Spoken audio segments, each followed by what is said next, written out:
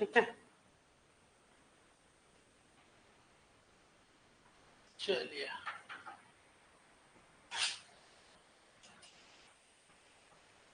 ये क्वेश्चन अब इसके हम लोग कुछ पार्ट जो है किए हुए थे लोग, थोड़ा फिर भी आप लोग को एक रिकॉल के लिए, जो आपका मनी है को मीडियम ऑफ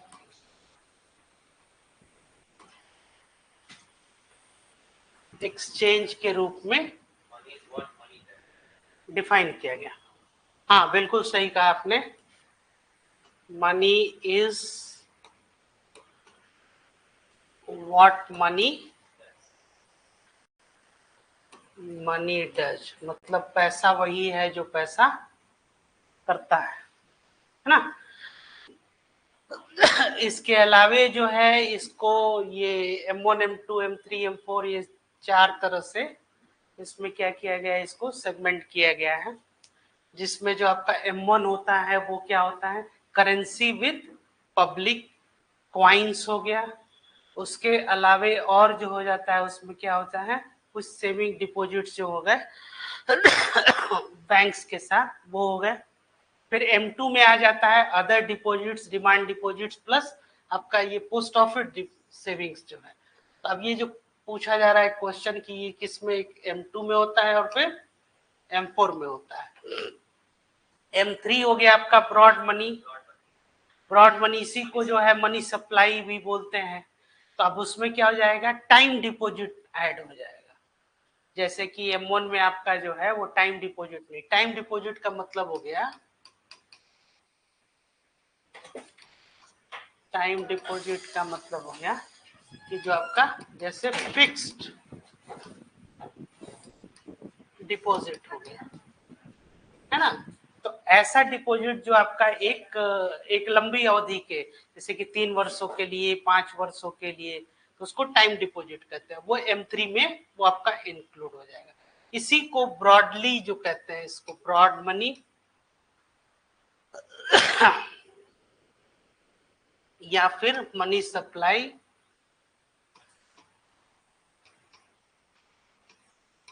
ठीक है।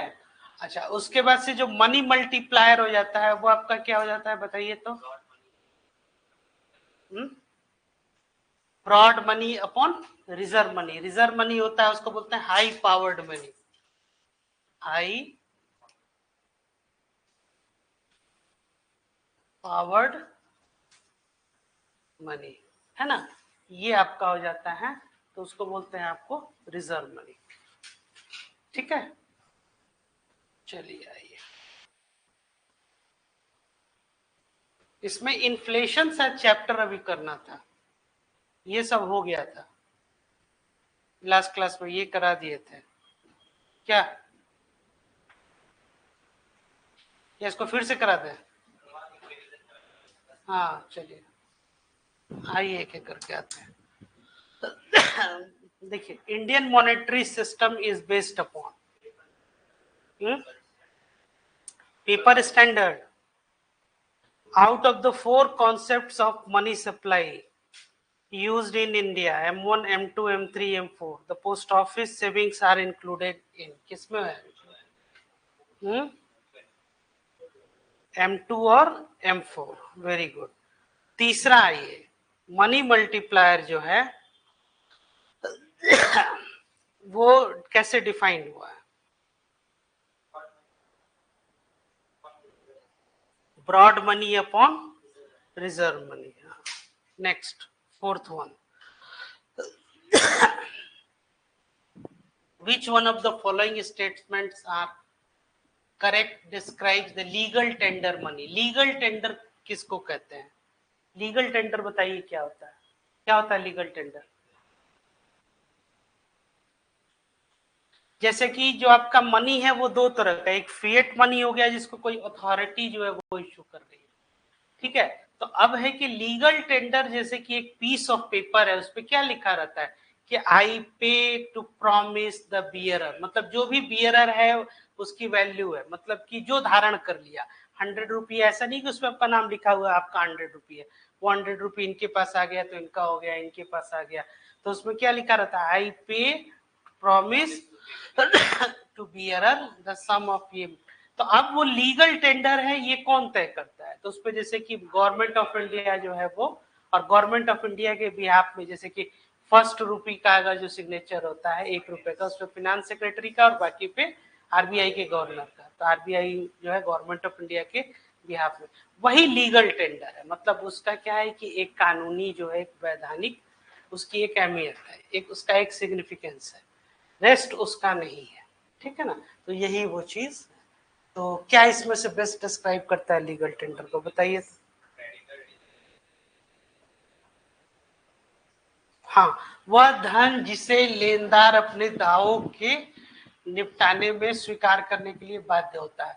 The money which a creditor is, the money which a creditor is under compulsion to accept in the settlement of his claims correct describe the legal tender. इसको note कर लीजिए,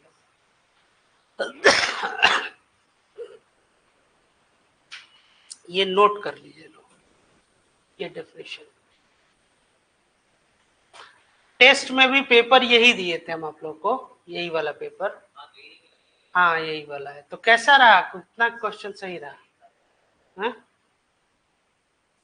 लगभग सब लोग ले आए पेपर, आप टेस्ट नहीं दिए थे ना?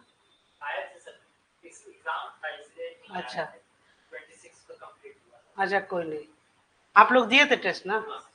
नहीं आई थी टेस्ट में?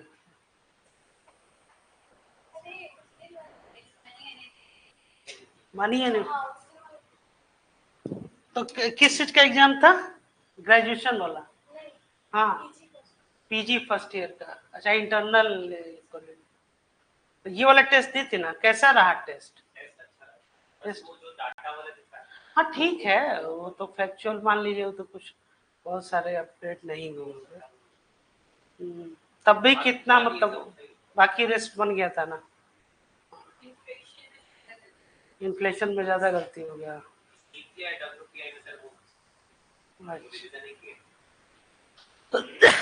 अच्छा कोई नहीं, चलिए नेक्स्ट। लेकिन इसके क्वेश्चंस बनाते रहिएगा ना, तभी कॉन्फिडेंस बढ़ेगा। हाँ, ये पांचवा बताइए। Supply of money remaining in the same when there is increase in demand for money there will be, क्या होगा? An increase in rate of interest. Money supply का रेट ऑफ इंटरेस्ट से क्या रिलेशन है? इनवर्स रिलेशन है। तो money supply बढ़ेगा तो इंटरेस्ट रेट क्या होगा? कम होगा। वही चीज ये पूछा जा रहा है। Next 6-1 I bill of exchange. हाँ लेकिन अब चूंकि अब इसमें इकोनॉमिक हिस्ट्री भी थोड़ा सा उसमें डाल दिया जाएगा। हाँ क्या बोल रहे थे आप?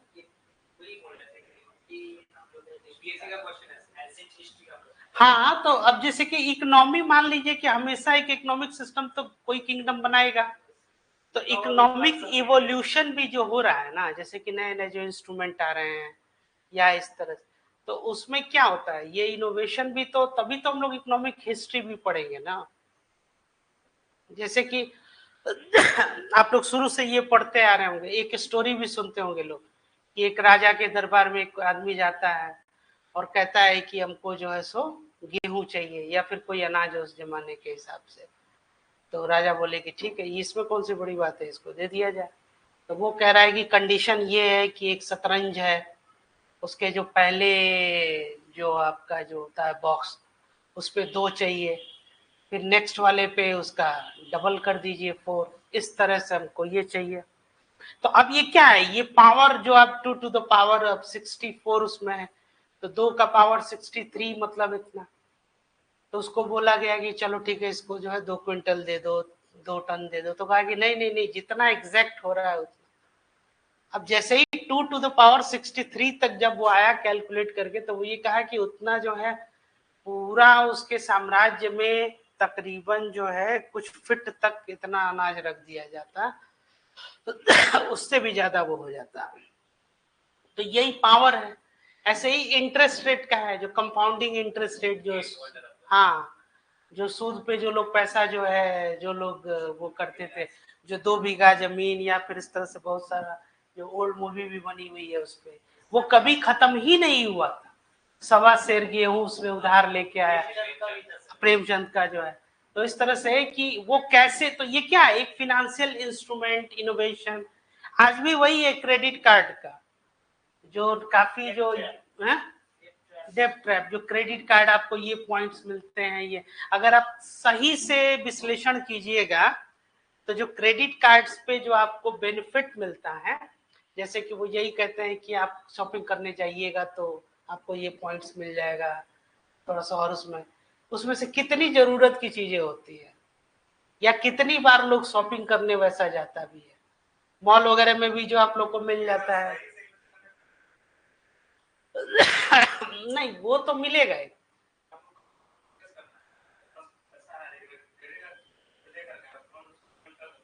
हाँ तो तुरंत पेमेंट कर दीजिए तो। हाँ वही बिल डेट और ड्यू डेट जो है उसको ध्यान में रखते हुए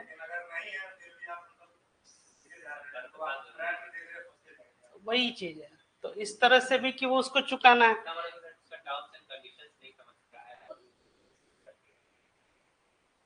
ऐसे ही जैसे कि वो आपको ये मिल जाएगा, आ रहा है ये फेस्टिवल्स का ऑफर, कि आप जाइए ट्रेंड मॉल में और आपको ये जो है कूपन, फिर वहां जाइएगा तो 5,000 की शॉपिंग नहीं कीजिएगा तब तक आपको नहीं मिलेगा ये।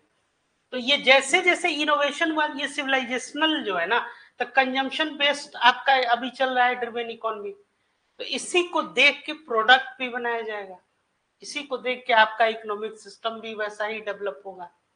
आई बात समझ में। अब जब लोगों को जमीन बहुत ज्यादा जो है, लैंड क्या है, लैंड स्क्वीज कर रहा है, पॉपुलेशन बढ़ रहा है, तो लोग कंजम्पशन बेस्ड जो है वो ड्रिवन ज्यादा हो गए। तो इससे संबंधित जो जो इनोवेशन आपका आएगा, लोगों को आए दिन किस चीज की जरूरत पड़ती है, अचानक से लोन की। अब यही बोला जाएगा कि बस आप आधार कार्ड अपना पैन कार्ड दे दीजिए और आपको हम लोग लोन दे देंगे, और लोन भी कितना, तो मतलब स्मॉल अमाउंट, 10,000, 15,000, 50,000, 1 लाख तक का लोन जो है अनसिक्योर्ड लोन है। अब उस पर वो ज्यादा से ज्यादा आपसे इंटरेस्ट रेट चार्ज किया जाएगा, तो ज्यादा से ज्यादा इंटरेस्ट रेट चार्ज किया जाएगा, और आपको पता चला कि 1 लाख का लोन आपने लिया है और आपको इफेक्टिवली मिला कितना, तो 90,000 रुपया, और आप चुका कितना दिए, तो 1,40,000 रुपया है। हाँ हाँ। लेकिन तब है कि आपको, तो आपको एक बर्डन नहीं पड़ा अचानक से, मूल रूप से यही है। लेकिन जो सिस्टम बना हुआ ऐसा है कि बिना लोन के आप जो है चल भी नहीं सकते हैं। अब ये बताइए what is black money. Income tax is not paid. Income tax is not paid मतलब ये हुआ कि वो अनअकाउंटेड मनी है।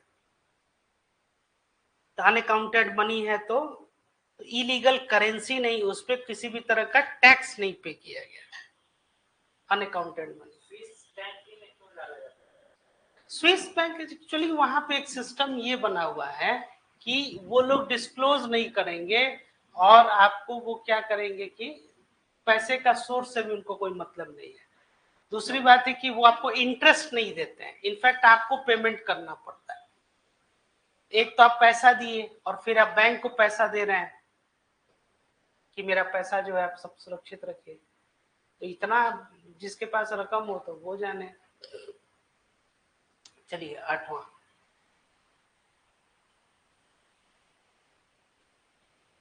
which one of the following effects of creation of black money in India has been the main cause of worry to the government of India?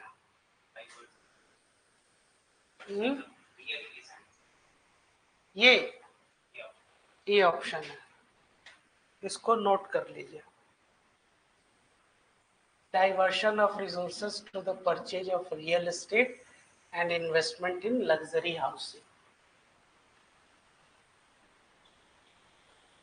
क्यों ऐसा है? इसलिए क्योंकि रियल एस्टेट में क्या होता है कि उसमें जैसे कि 80% अमाउंट जो है, अगर मान लीजिए कि आप ये चेक से या ऑनलाइन पेमेंट कर रहे हैं तो 20% जो है वो कैश के तौर पर, ये एक समस्या उसमें आती है। Indian currency is printed by RBI. Who is authorized to issue coins in India?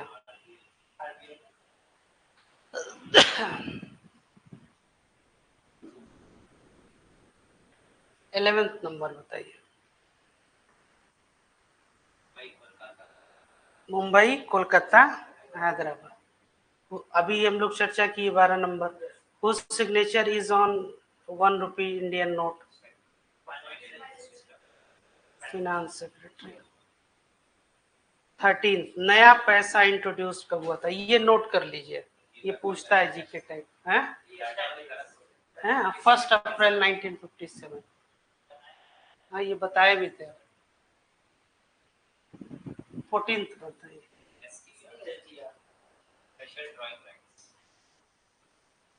हाँ, इसको आर्टिफिशियल वीक करेंसी कहते हैं। नेक्स्ट 15वां बताइए।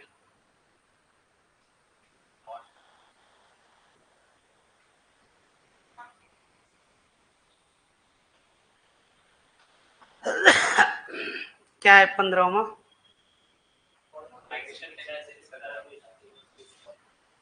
हॉट करेंसी, चूंकि FIIs जो है ना वो मूव कर जाते हैं।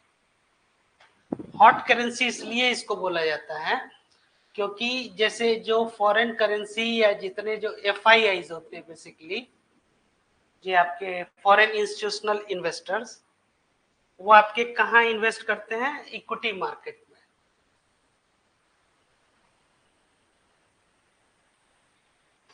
फॉरेन इंस्टीट्यूशनल इन्वेस्टर, ये कहाँ? आपको इक्विटी मार्केट में। इक्विटी मार्केट मतलब कैपिटल मार्केट। अब कैपिटल मार्केट में जब ये आपको निवेश किए, इन्वेस्ट करेंगे, तो जैसे इनका पर्पस फुलफिल हो जाएगा, जैसे इनको प्रॉफिटेबिलिटी एस्पेक्ट या फिर इनको प्रॉफिट मिले, तो ये क्या करेंगे? वाइंड अप कर जाएंगे। ठीक है, तो ये क्विक माइग्रेशन हो गया, मतलब कि तेजी से ये। चलिए नेक्स्ट। भारत में कागजी मुद्रा का प्रचलन सर्वप्रथम कब शुरू हुआ था? 1862, सही। Next. Note issuing department of RBI should always possess a minimum gold stock of worth कितना होगा ये बताइए? हाँ, 115 करोड़ का ये रखते हैं, और रेस्ट 85 करोड़ क्या हो जाएगा? इतना गोल्ड मतलब वो मेंटेन करना। हाँ, ये 18 बताइए। In Indian economy the money multiplier increases along with the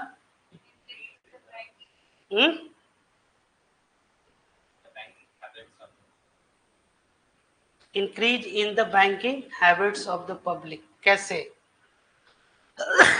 explain कीजिए।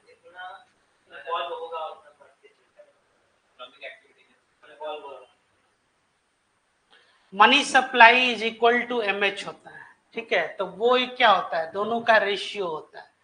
तो दोनों का रेशियो है, तो जितना ज्यादा आप बैंकिंग ट्रांजेक्शन्स करेंगे उतना ज्यादा क्या होगा? आपका मनी मल्टीप्लायर जो है वो इंक्रीज होगा। नेक्स्ट ये बताइए 19 नंबर।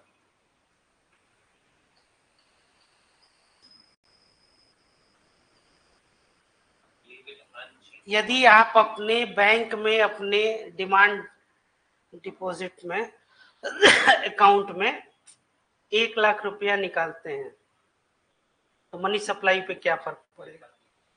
क्यों?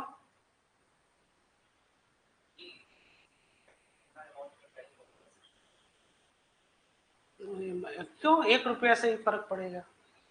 एक्चुअली करेंसी विद पब्लिक क्या होता है? मनी सप्लाई जो होता है, तो उसमें M1 में आप पढ़े हैं ना कि करेंसी विद पब्लिक, फिर डिमांड डिपॉजिट। तो डिमांड डिपॉजिट निकालिए या करेंसी विद पब्लिक, दोनों कंपोनेंट तो उसी का है। इसलिए इसका कोई फर्क नहीं पड़ेगा। ये बताइए।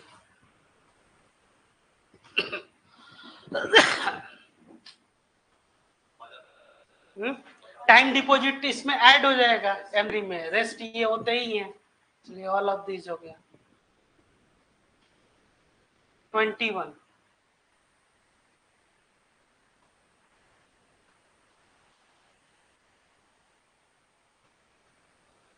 बताइए।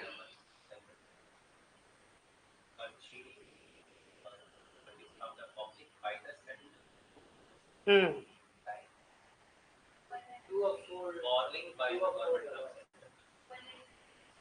1 and 3 सही है, 1 and 3 सही है। Borrowing by the government from the central bank, borrowing by the government from the central bank, और purchase of government securities from the public by the central bank. Central bank क्या कर रहा है कि गवर्नमेंट सिक्योरिटी को purchase किया, तो purchase किया तो पैसा कहाँ आया?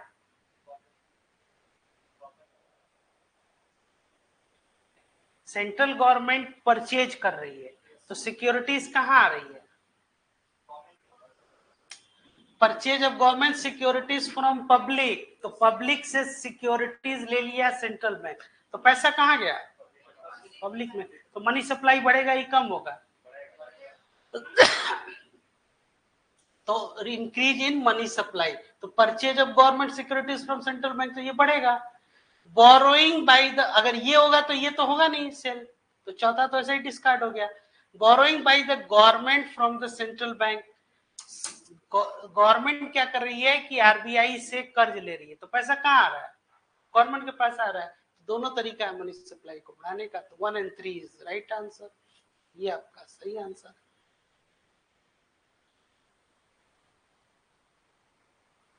ये बहुत इंपॉर्टेंट क्वेश्चन है। चलिए,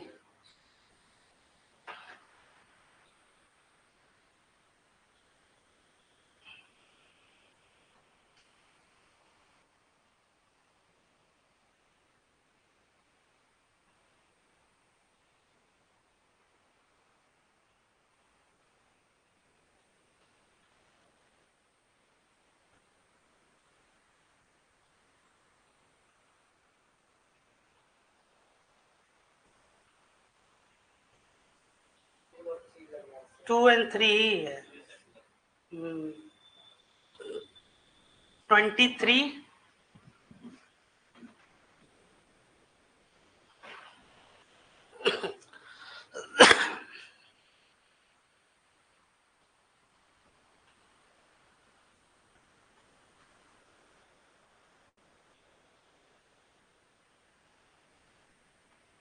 23 बताइए।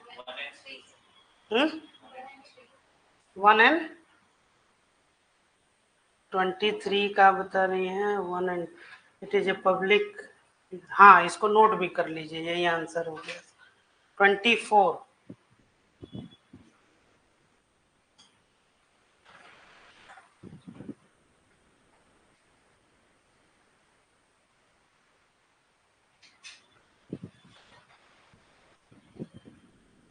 24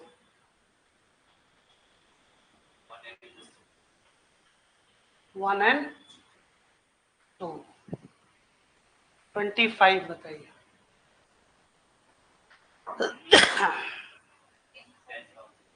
हम्म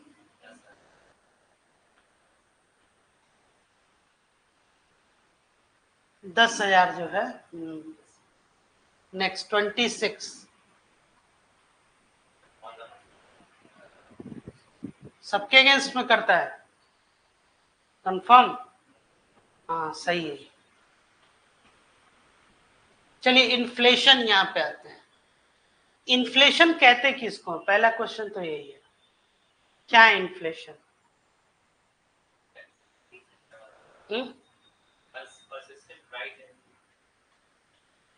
persistent rise in प्राइस, बताइए लो, सही है। मतलब एक जनरल हाइक जो है प्राइस लेवल में आपका, अगर जैसे कि आप ऐसे समझिए कि कोई कमोडिटी कल आप 10 रुपए में समोसा खरीद रहे, अभी उसका दाम जो है वो बढ़ गया है 15 रुपया, तो 5 रुपया वो जो बढ़ गया, ये क्या हो गया, ये जनरल राइस जो है उसमें हाइक। अगर आप पिछले 10 साल में आप जो मिल्क जो आप लोग यूज करते हैं सुधा का या अमूल का, इसके एक पैकेट का आप क्या कीजिए कि एक प्राइस जो है बस आप ये देखिए कि आधे लीटर का कितना, आपको कितने से याद आ रहा है, कब से आप देख रहे हैं, 20 रुपए से याद आ रहा है, उसके पहले से नहीं याद आ रहा है, 14 या 16, ये कब की बात होगी, तब भी मतलब समवेयर अराउंड 2015 है, 2015, मतलब 14, 13, 14, 15 यही लगा लिया जाए, तो 15 रुपए का था, अभी उसकी कीमत कितनी हो गई है, 30 रुपया। तो 10 साल के अंदर में जो आपको डे टू डे जो कमोडिटीज जो आपको जिसकी जरूरत पड़ती है डेली, वो कितना हो गया है, डबल। अब आ जाइए सैलरी एस्पेक्ट पे, क्या जितने लोगों की सैलरी 2015 में इतनी होती थी, क्या वो डबल हुआ है, तो नहीं, तो उनका जो रियल इनकम है वो क्या हो जाएगा, नेगेटिव। और ये केवल मिल्क है, मिल्क से रिलेटेड और जो प्रोडक्ट हो गया, जैसे कि नॉर्मली क्या हो गया, स्वीट्स वगैरह हो गया, सीरियल्स जो आपके हो गया,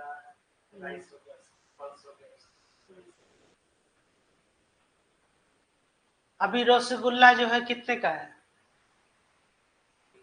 हाँ? नहीं वो तो मतलब नॉर्मल, तो ये ऐसे ही डिकेडल जो चेंजेस हैं ये आप लोग खुद से कर सकते हैं, है ना।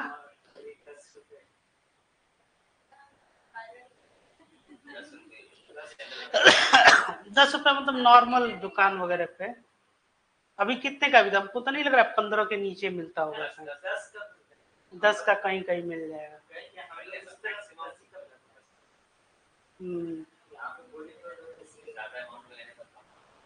हाँ, तो अब इस तरह से देख लीजिए, ऐसे ही ट्रांसपोर्टेशन का, तो आपको पता चलेगा। अच्छा ये देखिए कि किन चीजों मतलब क्षेत्रों में ये नहीं अनचेंज्ड है, तो जो गवर्नमेंट निकालती है वो क्या निकालती है, एक बास्केट ऑफ कमोडिटीज है उसका जो कंपेयर, तो जो होलसेल प्राइस इंडेक्स है, अब उसमें दो तरह की बातें आती है, एक तो है कि इंडेक्स ईयर को फिक्स कर लिया गया स्टैंडर्ड, उसके उस ईयर के हिसाब से क्या आपका जो है सो ये प्राइसेस में इंक्रीमेंट है वो मेजर किया जा रहा है।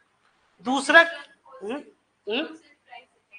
हाँ, होलसेल प्राइस इंडेक्स का मतलब हो गया कि वो, और एक दो हो गया कंज्यूमर प्राइस इंडेक्स, तो अब जैसे कि जो थोक भाव होता है उसके हिसाब से, है ना, जैसे कि मान लीजिए कि थोक भाव से अब जाइएगा तो आलू मिलेगा आपको 30 रुपए के जी, 25 रुपए के, रिटेल में जाइएगा तो 40-45, है ना, तो ये 10 से 12-15 रुपए का फर्क पड़ा 1 kg पे, तो ये मतलब हुआ।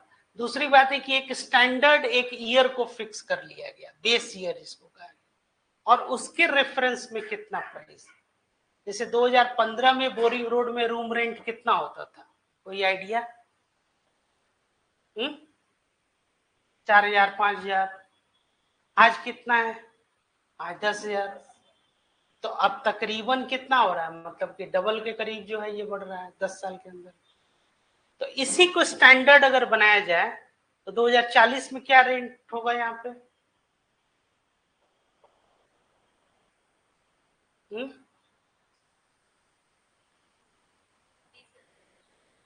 20-25 के करीब, तो 20 से 25,000 लोगों की सैलरी जब आप होती है, और उतना में आपको केवल एक क्या मिल रहा है, एक रेसिडेंस मिल रहा है, तो ये इन्फ्लेशन है।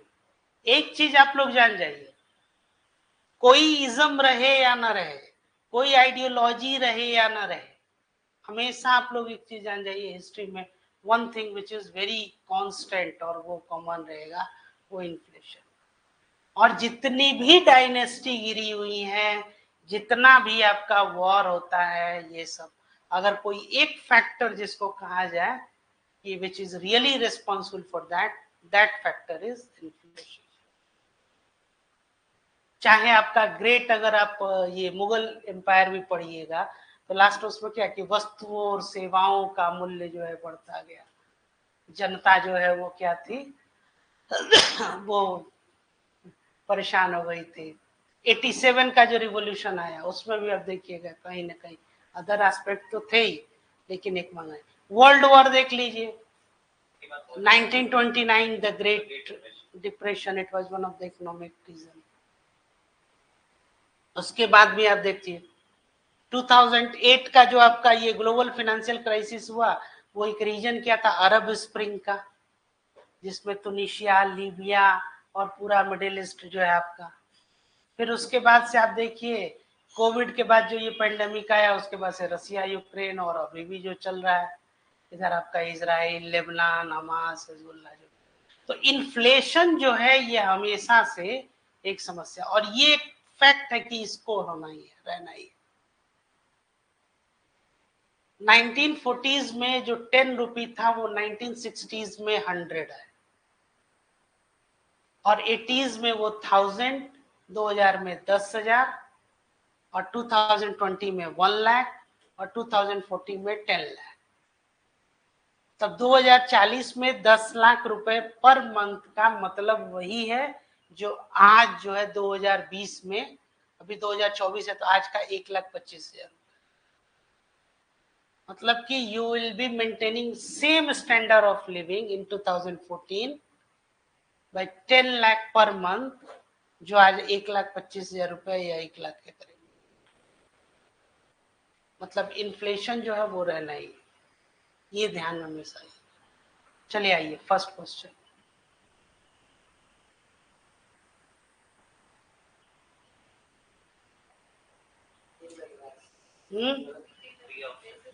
बी ऑप्शन है, the inflation rate in India is calculated on the basis of wholesale price index. चलिए नेक्स्ट बताइए।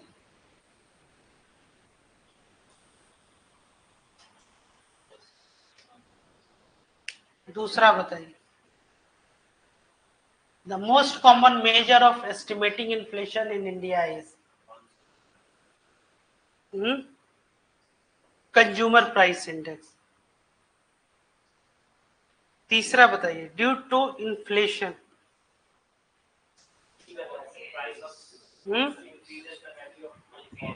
Due to inflation prices of goods increases, the value of money falls. A and B.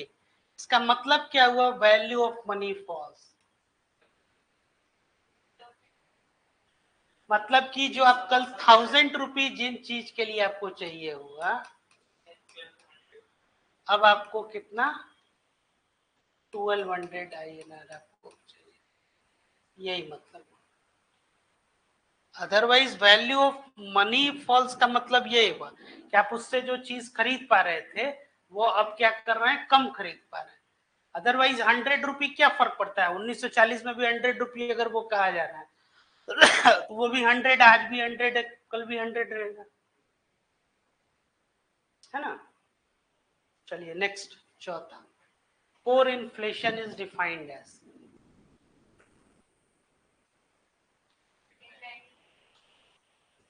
With food inflation and fuel inflation. D option, इसको note कर लीजिए आप।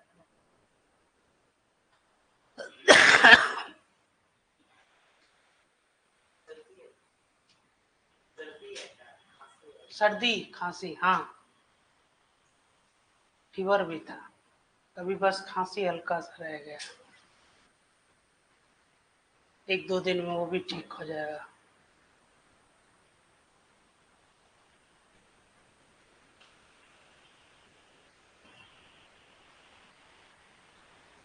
Doctor कहा भयंकर जो है रेस्ट कीजिए, हम भी भयंकर रेस्ट किए। हाँ, मतलब 24 आवर्स में आप लगा लीजिए कि आप लोग का जो क्लास होता था बस उसके बाद हम बस बेड पे ही पाए जाते थे। लास्ट 1 वीक तो हो ही गया होगा ना, 1 वीक से ज्यादा। तो रिकवरी बहुत फास्ट होगी, स्पीडी रिकवरी।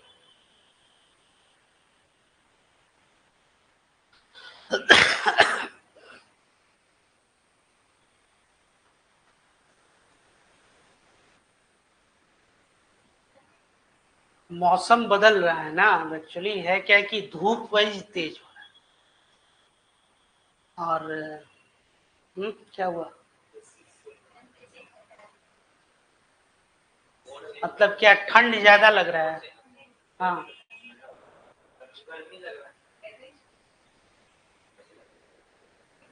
यही एसी की वजह से मेरी तबीयत खराब हुई, मालूम है ना।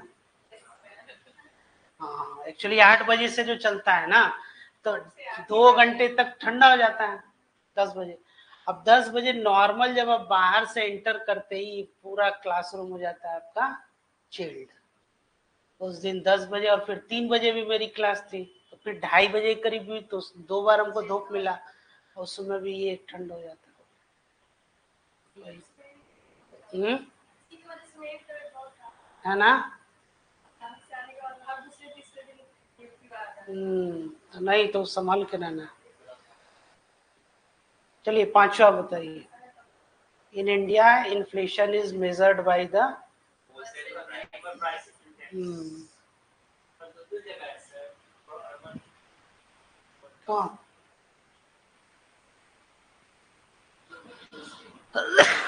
छठा बनाइए। दूसरी बात की बहुत सा बीमारी अभी चला भी है, तो उससे भी डर लग रहा है कि नॉर्मल फीवर जो है, टाइफाइड, डेंगू और क्या क्या सब। हाँ, मैंने फिर भी इम्यूनिटी डाउन हो जाती है ना, जैसे। छठा बनाइए। In India which of the following is responsible for maintaining price stability by controlling inflation? RBI. Good. ये बना दीजिए 7वां, हम समझे कि आप लोग कुछ सीखे हैं।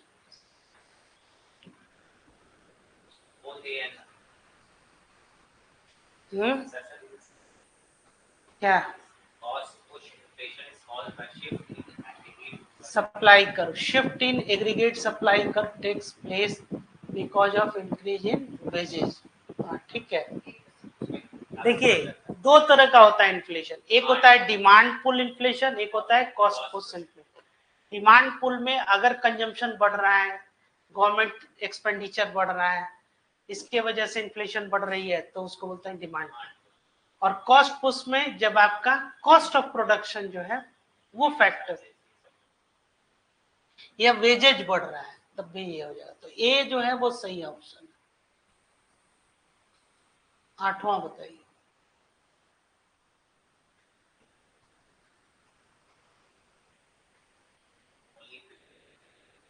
Define implication of fall in inflation rate. Prices have fallen. Prices are increasing more slowly than before.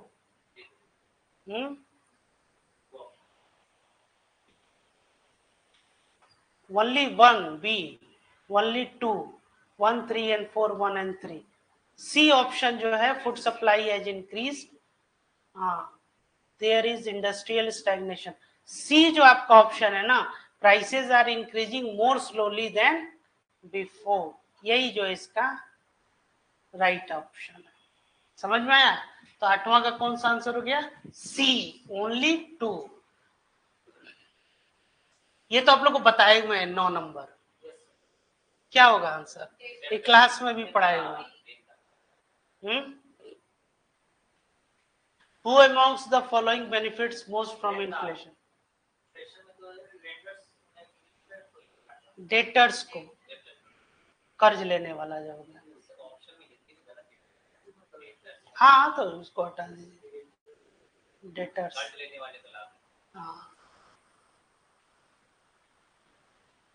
10वां बताइए। स्टैगफ्लेशन किसको कहते हैं? ये पूछा हुआ क्वेश्चन आप लोग के एग्जाम का। स्टैग्नेंट ग्रोथ हो और इन्फ्लेशन हो, मतलब कि गुड्स और कमोडिटीज जो है उनका प्राइस क्या है, वो बढ़ रहा है, और इकोनॉमिक ग्रोथ भी हो, दोनों एक साथ हो। उसी को स्टैगफ्लेशन। तो ये एक लंबी अवधि के बाद से क्या होता है, ऐसा माना जाता है कि इकोनॉमी क्या हो जाएगी, रिसेशनरी फेज में चली जाएगी। तो इसमें क्या करना चाहिए, R&D, रिसर्च एंड डेवलपमेंट पे जो है, इनोवेशन पे जो है, प्रोडक्टिविटी पे ज्यादा फोकस करना चाहिए। मतलब कम एफर्ट में ज्यादा से ज्यादा हम कैसे, है ना। जैसे कि स्टैग्नेशन का मतलब हो गया कि आप टेस्ट पेपर देते हैं तो आपका स्कोर जो है एकदम स्टैग्नेंट आ जाएगा, तो उसमें आपको क्या करना है, तरीका बदलने की जरूरत है, मतलब इनोवेटिव थोड़ा सा सोचिए। यहाँ भी वही है इकोनॉमी में, जब आपको इफिशियंसी बढ़ाना है तो क्या होगा, 10वां बताइए। High inflationary pressure due to increase government spending, yes सही है। Decline in industrial production and sluggish economic growth, बिल्कुल सही है। Decrease in aggregate demand and consumer, नहीं, एग्रीगेट डिमांड ग्रोथ तो ही है। एप्रिसिएशन ऑफ डोमेस्टिक करेंसी, नहीं, एक और दो। 11 नंबर बताइए।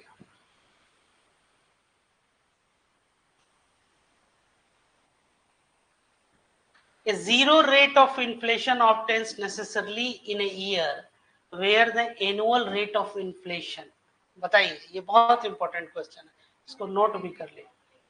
इन every week of the year is zero, इसको नोट कीजिए। जीरो इन्फ्लेशन रेट जो है, zero rate of inflation obtains where annual rate of inflation in every week of the year is zero.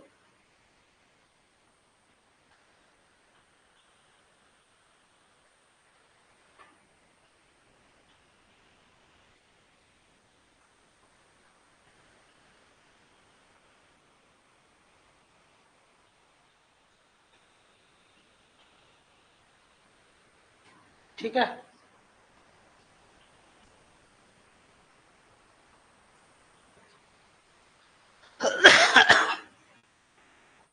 बारह नंबर बताइए। Which of the following governmental steps has proved relatively effective in controlling the double-digit rate of inflation in the Indian economy in the recent years?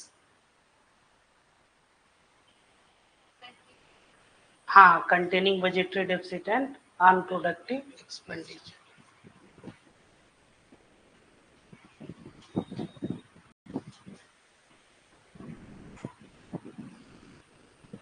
ये बताइए। Which one of the following statements is an appropriate description of deflation?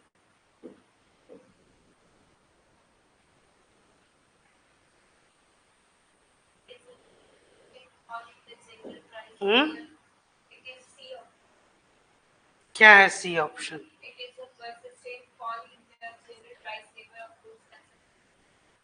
हाँ ठीक है, deflation वही हो गया C option.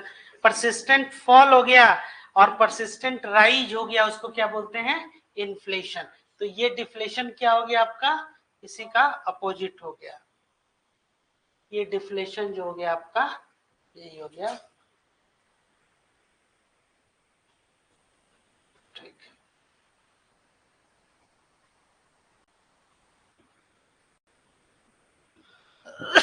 अब ये थोड़ा सा पुराना क्वेश्चन है 14, तो इसको आप चाहें तो डिस्कार्ड कर सकते हैं। ठीक है, आइए 15।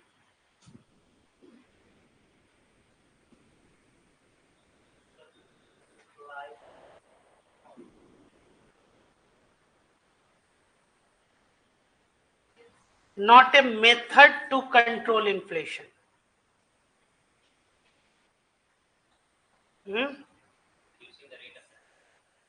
नहीं होगा।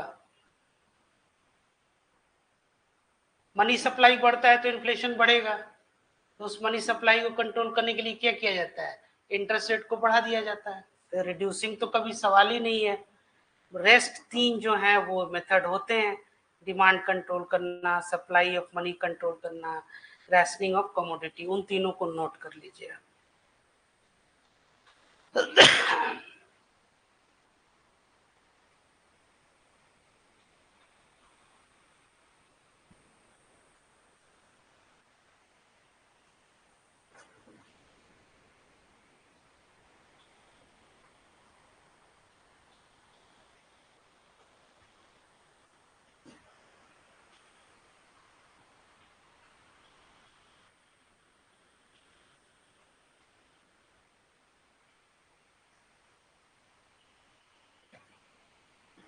ठीक है. Currency expansion can be best described as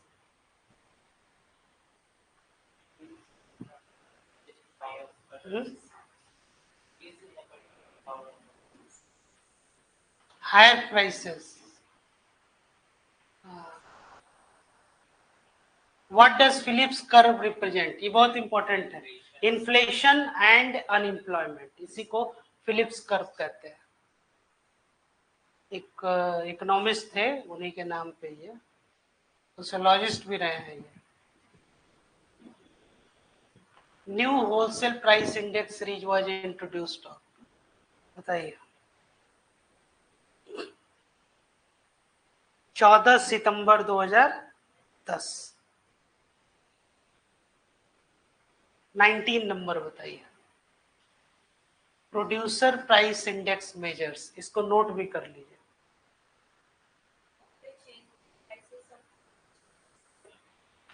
The average change in prices of produced goods and services. A is the right option.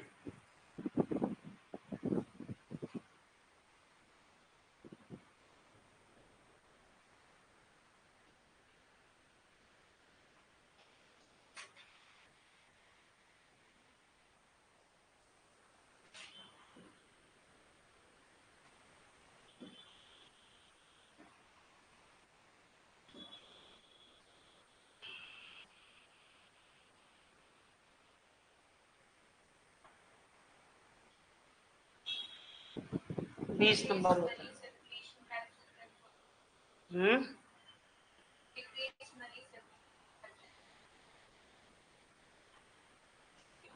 हाँ सही है. कैसे सी पे पहुंच गई सीधे? अच्छा, रेस्ट को ही पढ़ा था आपने. सी सही है. Decrease money circulation helps in controlling the inflation. 21.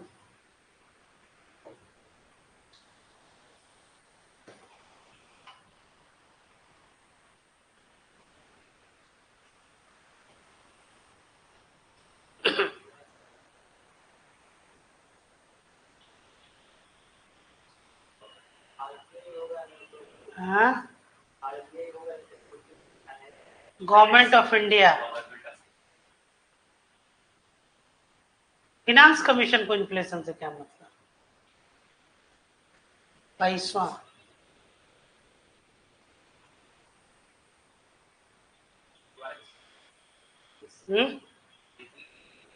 कौन? 22 का तो बना दीजिए एक बार फिर से. ये ऑप्शन है. 23 बताइए.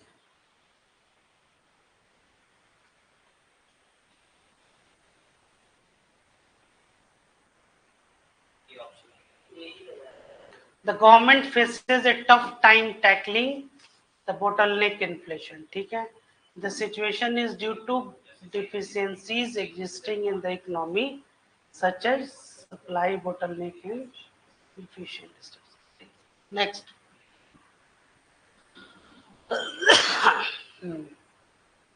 अगला बताइए.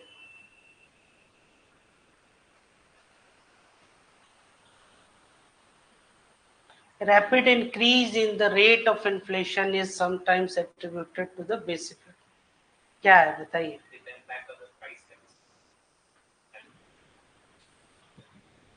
हाँ.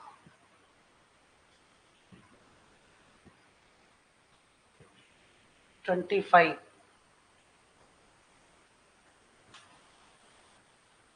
Easy question again.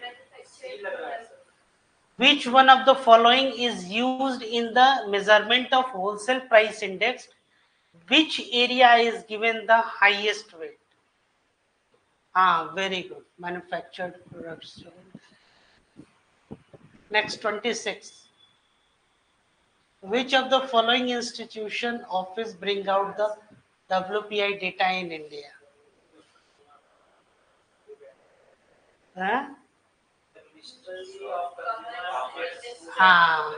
Good. 27. Headline inflation is based on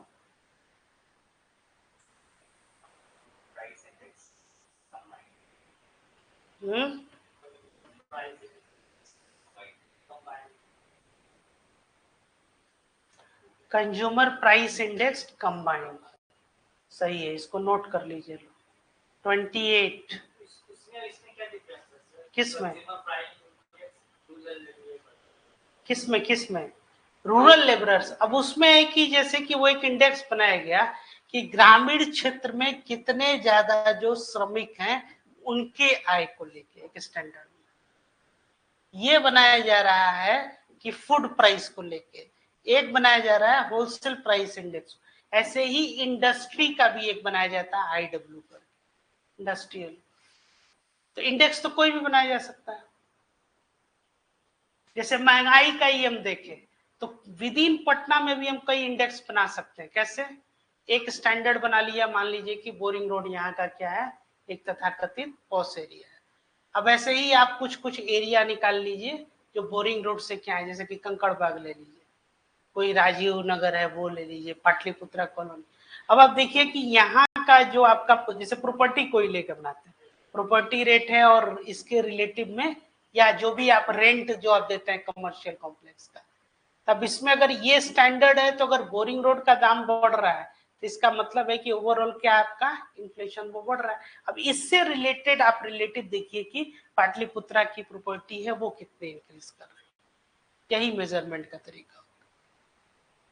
तो अगर मान लीजिए कि अगर पटना का महंगाई हमको जानना है तो हम केवल बोरिंग रोड का देखेंगे, क्योंकि इन जितने एरिया है उसमें सबसे महंगा कौन सा है, boring road. Inflation rate based on consumer price index increase है इफ बताइए, if bank rate is reduced. Good, monetary policy वाला रिवीजन कर लियो। नहीं, बैंक रेट का क्या इंपैक्ट पड़ता है बताइए तो फिर, सप्लीमेंट्री क्वेश्चन है इसके साथ साथ।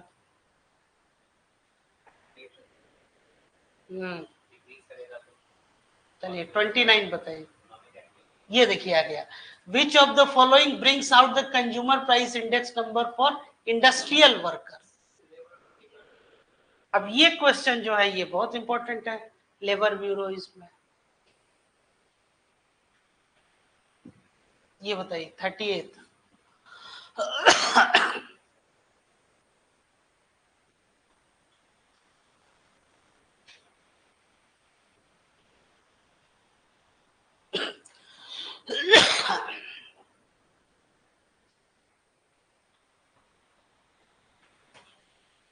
The weightage of food in consumer price index is higher than wholesale price index।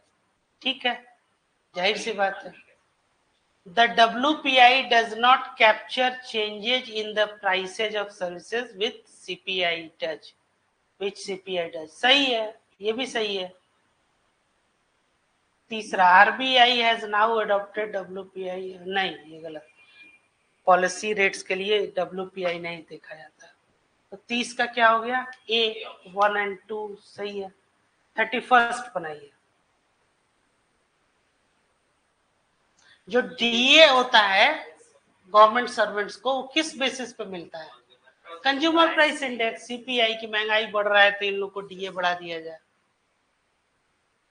ये यूपीएससी का क्वेश्चन है, इसका पढ़ इन्फ्लेशन।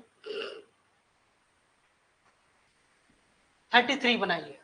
33 बहुत इजी है, और 33 अगर आप लोग बना लिए तो मतलब कॉन्सेप्ट समझ गए।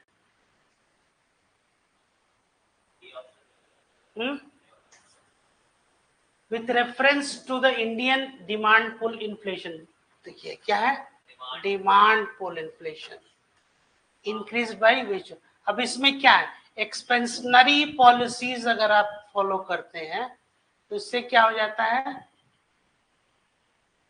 डिमांड पुल इन्फ्लेशन जो आपका वो बढ़ेगा। कैसे, एक्सपेंशनरी पॉलिसीज का मतलब क्या है कि आप उसमें स्कोप दे रहे हैं, तो उसमें क्या है कि आप टैक्स को कट कीजिएगा, इंटरेस्ट रेट को आप कम कीजिएगा, या फिस्कल स्टिमुलस दे रहे हैं इसमें भी वही सब्सिडी बढ़ाइएगा, टैक्स को कम कीजिएगा। और तीसरा क्या हो गया आपका, हायर परचेजिंग पावर, है ना। तो ये 1, 2 और 4 जो हो गए आपके, इंटरेस्ट रेट राइज करेंगे तो नहीं होगा, ये उल्टा हो जाएगा, कॉन्ट्रैक्शनरी पॉलिसी होगा। तो ऐसे भी 5 आप हटा दीजिए तो 1 2 4 जो है ये ऑप्शन होता है, 34 बनेगा। ये क्वेश्चन आएगा एग्जाम में, ध्यान दीजिएगा, 2 3 जो लास्ट ये सब जो हम लोग कर, हाँ, a rise in general level of prices may be caused by an increase in money supply, सही है, a decrease in aggregate level of output, ये भी सही है, an increase in effective demand, ये भी सही है, all of these जो है 34 नोट कर लीजिए आप लोग।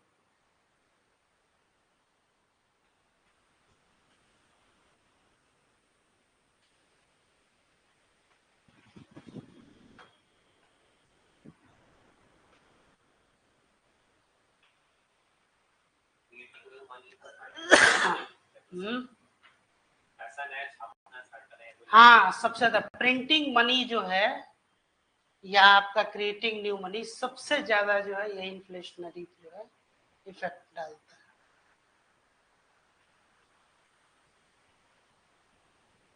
36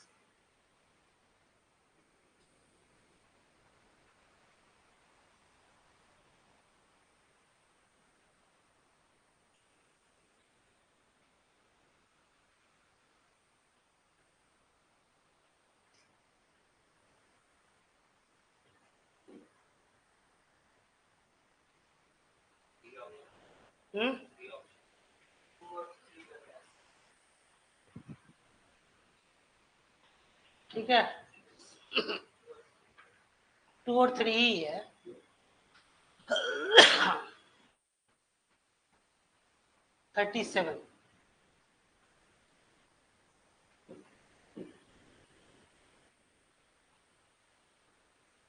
क्या होगा बताओ तो?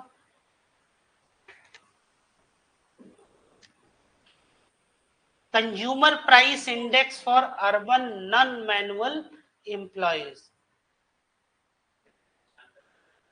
इन ए गिवन इंडेक्सेस कौन जो है सीएसओ के द्वारा कंपाइल किया जाता है, ये ध्यान में रखिएगा।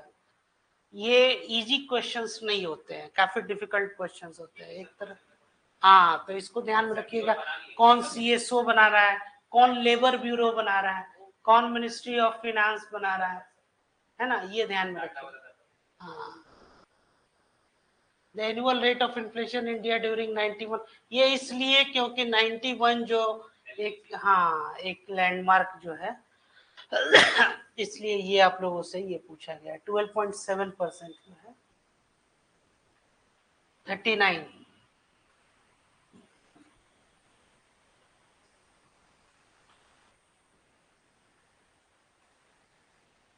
39 बताइए।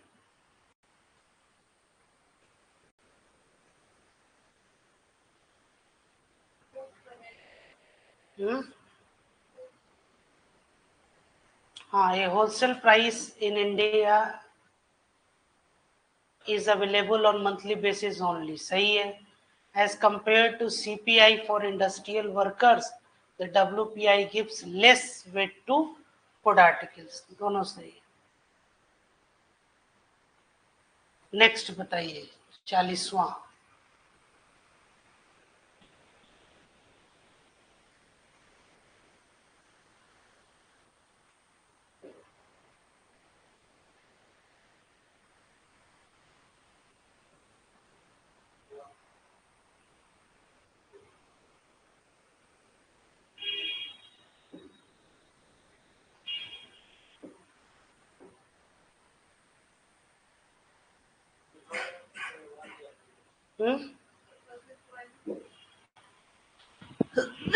हाँ, 2001 है इसका 41।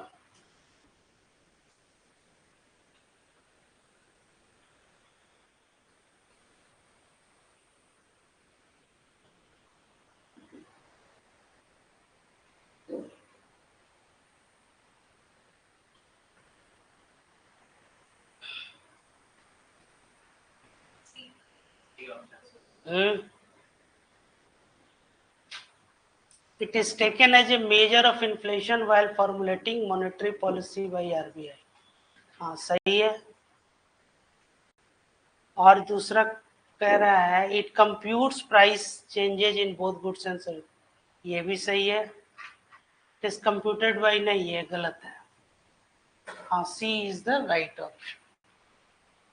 हो गया।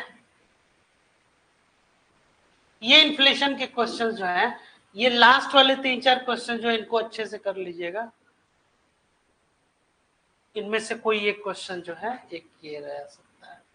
इसके अलावे और इन्फ्लेशन में क्या पढ़ना है वो हम बता देते हैं आप लोग को। इंडेक्स तो पढ़ ही लेना है, इन्फ्लेशन से क्वेश्चंस रहना ही रहना है। जैसे कि कोर इन्फ्लेशन, नहीं मेंस नहीं, ऑब्जेक्टिव आपका ये प्रीलिम में भी आपको, जैसे कि एक ये ध्यान में रखना है कि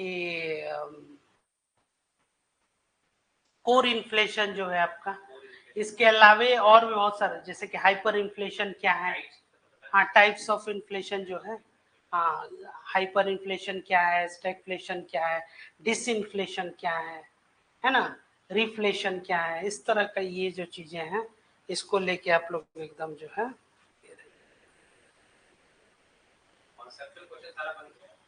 हाँ तो डेटा थोड़ा सा वो अपडेट करना होगा, थोड़ा रिसेंट डेटा जो है वो अपडेट कीजिएगा। दूसरा कुछ इंडेक्स में बेस ईयर में अगर कोई चेंजेज होता है, कई बार कमोडिटी जैसे कि नॉर्मली पहले 676 कमोडिटीज जो होती थी, अब वो कमोडिटीज में अगर कोई जो है चेंजेज हुआ या कोई नया ऐड हुआ, तो ये आपके एग्जाम में काफी इम्पोर्टेंट जो है ये हो सकता है, पूछा जा सकता है। ठीक है, ठीक है, तब यही रहने दिया जाता है।